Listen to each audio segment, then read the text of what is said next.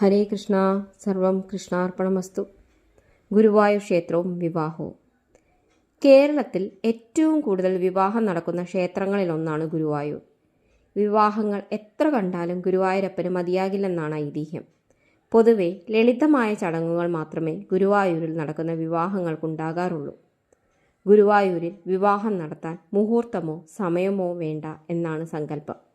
ഗുരുവായൂർ ക്ഷേത്രത്തിലെ നട തുറന്നിരിക്കുന്ന ഏത് സമയത്തും വിവാഹം നടത്താം. നൂറുകണക്കിന് വിവാഹങ്ങളാണ് വിശേഷ മുഹൂർത്തങ്ങളുള്ള ദിനങ്ങളിൽ നടക്കാറ്. ഭഗവാന് പ്രിയപ്പെട്ട തുളസി കൊണ്ടുള്ള മാലയാണ് വിവാഹത്തിന് ചാർത്താൻ ഉപയോഗിക്കാറുള്ളത്. വിവാഹം കഴിഞ്ഞ ഉടനെ ദമ്പതികൾക്ക് നാലമ്പലത്തിനുള്ളിൽ പ്രവേശനമില്ല. അതിനാൽ വിവാഹത്തിനു മുൻപോ തലേ ദിവസമോ ഭഗവാനെ തൊഴുത് അനുഗ്രഹം തേടിയിട്ടാണ് വധൂവരന്മാർ ക്ഷേത്രത്തിൻ്റെ കിഴക്കേ നടയിലുള്ള വിവാഹ മണ്ഡപത്തിൽ പ്രവേശിക്കുക. ഭൂലോക വൈകുണ്ഠം എന്നറിയപ്പെടുന്ന ഗുരുവായൂർ ക്ഷേത്രത്തിൽ വെച്ച് വിവാഹം നടത്തിയാൽ മംഗളകരമായ ദാമ്പത്യം ലഭിക്കുമെന്നാണ് വിശ്വാസം. കൂടാതെ ദാമ്പത്യ ജീവിതത്തിലുടനീളം ഗുരുവായൂരപ്പൻ്റെ കടാക്ഷം ലഭിക്കുമെന്ന സങ്കല്പവുമുണ്ട്. വിവാഹശേഷം വർഷം തോറുമോ മാസം തോറുമോ മുടങ്ങാതെ ഗുരുവായൂർ ദർശനം നടത്തുന്ന ദമ്പതിമാരുണ്ട്. ഗുരുവായൂരിലെ കൃഷ്ണനാട്ടം വഴിപാട് വളരെ പ്രസിദ്ധമാണ്.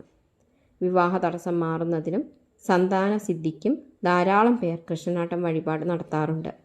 വിവാഹവുമായി ബന്ധപ്പെട്ട് ചിലർ ലക്ഷ്മി നാരായണ പൂജ, മമ്മിയൂർ ക്ഷേത്രത്തിൽ ഉമാമഹേശ്വര പൂജ, സ്വയംവര പുഷ്പാഞ്ജലി തുടങ്ങിയവ നടത്താറുണ്ട്.